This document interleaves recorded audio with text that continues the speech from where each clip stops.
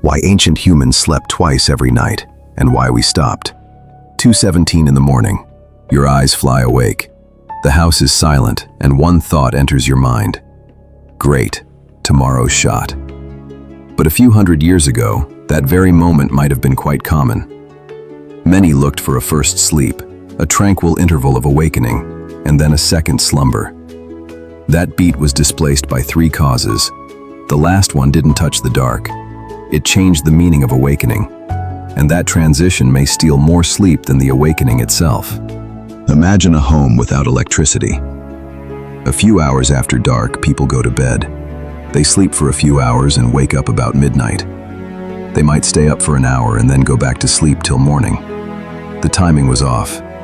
This wasn't a worldwide alarm blaring at 1 a.m., but the pattern was common enough for old manuscripts to state first sleep and second sleep without elaboration. The funny thing is, folks woke up. It was what they did not do next.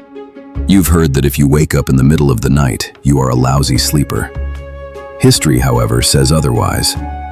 Historian Roger Eckhart identified allusions to segmented sleep in diaries, judicial records, medical publications, and literature. People talked about first sleep as nonchalantly as you might talk about breakfast. That language tells us something very key. When their eyes opened at midnight, they did not think, "There is anything wrong with me." So what did they do in that silence? Some prayed, some spoke up, some kept the fire burning, thought about dreams, did a modest task, or just hung out with their spouse. No one was launching a 3 a.m. productivity challenge. The room was dark and quiet. There was a space for being awake in the night. Their greatest asset was perhaps the way they slept. Perhaps it was the lack of panic. If that thought has already lightened some of your nights, tap like. More others will see this. Then a scientific experiment made the narrative stranger. The researchers kept healthy individuals in the dark for almost 14 hours each night. After a few weeks, their sleep began to split into two extended stretches, with a quiet waking in between. No one had set an alarm. No one made the break. Their bodies organized sleep differently, since they had long nights with little artificial light. That sounds like evidence of a secret old rhythm. But wait. But there's a catch that most people don't see. Don't wake up at 2 a.m. with an alarm clock and call it human progression. That experiment doesn't prove that everyone needs to split their sleep. It does not prove that 2 blocks are any healthier than 1 block. Sleep is a plastic state in humans. Some folks sleep once. Some civilizations incorporate an afternoon siesta. The schedule may differ with age, season, safety, work, and family life. The real lesson is quite straightforward, that sleep can take several forms than a flawless, unbroken line. But human flexibility suddenly encountered a world that was no longer flexible. First, light. Streets, homes, and businesses were brighter, and darkness no longer marked the end of the day. Later at night, people might work, read, mingle, and spend money. This change began with oil and gas illumination. Electric light went a good deal further. Bedtime was getting later and later, but morning obligations didn't go away. So the space between the two sleeps was starting to be squeezed out. Our body didn't just install a new sleep system. Society had simply required longer hours from the night. The second force was the clock. Factory bells, defined shifts, school schedules, office hours, all made it necessary for people to get up at a certain hour. A split night would be fine for a long winter evening, but not when you have to punch in at 7 a.m. Sleep had to be a solid block. Quick, predictable, effective. Rest was no longer a matter of darkness and exhaustion exclusively. It was according to tomorrow's schedule. And when sleep became an act, people began scrutinizing every disruption. Imagine saying to your boss, "Sorry, I'm late. Did I sleep a long time?" Not exactly a smart professional choice. Modern life, since practically everything else runs by the clock, rewards napping in one package. But what if your body doesn't play ball? Quick question. When you wake up at 2 or 3 a.m., what do you do first? Look at the clock, pick up your phone, or lie still? Let me know below. That first step is far more important than it looks. You grab your phone and the silence suddenly becomes a smorgasbord of worry. Bright light can signal to your brain that it may be morning. Then there are the emails, the headlines, the missives, and one entirely gratuitous video of a celebrity's kitchen. Your mind swings from sleepy to completely occupied.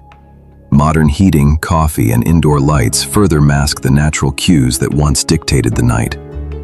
But your phone is not the third force from the start. The last power is invisible, and it begins with one conviction. You could think that a good sleeper can just close their eyes, vanish for 8 hours, and wake up smiling before the alarm. True sleep is messier. Your brain goes through several stages, and there can be little awakenings, and you may not recall them. It is not to create a perfect wall of unconsciousness. The idea is to receive adequate, restorative sleep and perform well the next day. A quick waking doesn't need to spoil the night, but once you start to score it, your mind might transform it into a problem. Here's the thing. 2:17 you wake up. You glance at the clock. Then you start to do the maths. 4 hours and 43 minutes if I go to bed now.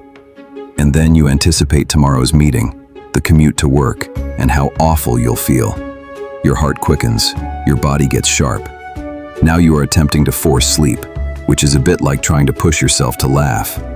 The more you push, the less organically it occurs. The first awakening could be short. The terror keeps it going. So try to give the moment less of a drama. 1. Stop timing yourself. Don't touch the phone.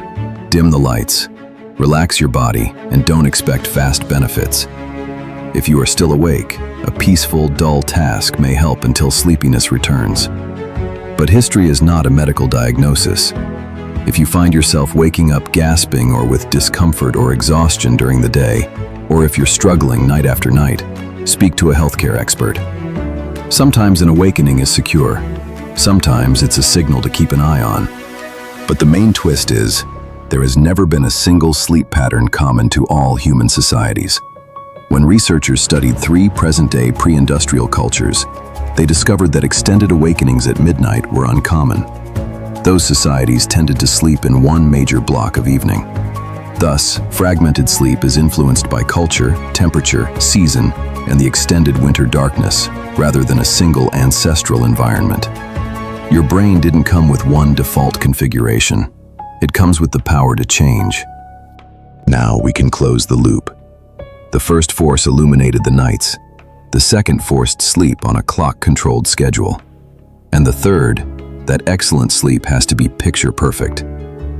In many places, we ceased dividing the night when our surroundings, routines, and expectations changed. But the biggest shift may be what wakefulness means to us now. We converted a probable pause into evidence of failure. Your body can be woken up briefly without being broken. Sometimes the worry of loss of sleep takes more sleep away than the waking does. So the next time your clock shows 2:17, just remember that the night is not always ruined. You don't have to live by candlelight or force yourself to sleep in 2 shifts. You just need to quit treating every wake-up like a disaster. If this changes your view of your own thinking, subscribe so you don't miss the next one. And watch the next video to see how artificial light subtly changes your body clock without you realizing it.